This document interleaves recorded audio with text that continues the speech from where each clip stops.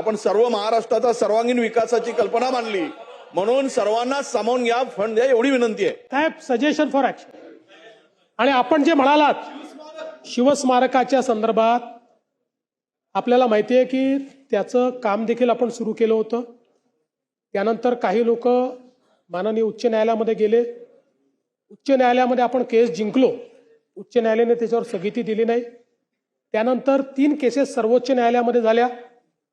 सर्वोच्च न्यायालयाने त्या तिन्ही केसेस एकत्रित करून त्याच्यावर सुनावणी घेतली आणि सुनावणी घेऊन त्यांनी त्यात निर्णय केला की जे मुद्दे हे पुन्हा मांडतायत त्या मुद्द्यांवर उच्च न्यायालयाने सुनावणी घ्यावी आणि त्या सगळ्या केसेस उच्च न्यायालयाकडे पाठवल्या. आणि पाठवत असताना उच्च न्यायालयाची सुनावणी पूर्ण होतपर्यंत स्टेटस को मेंटेन ठेवावा लागेल असं त्यांनी सांगितलेलं आहे.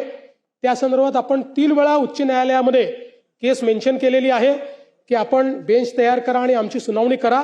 अद्याप ती सुनावणी सुरू झालेली नाही, पण राज्यांच्या एजींना आम्ही सांगितलेलं आहे की आपण सातत्याने उच्च न्यायालयामध्ये पाठपुरावा करून याची सुनावणी लावून घ्यावी.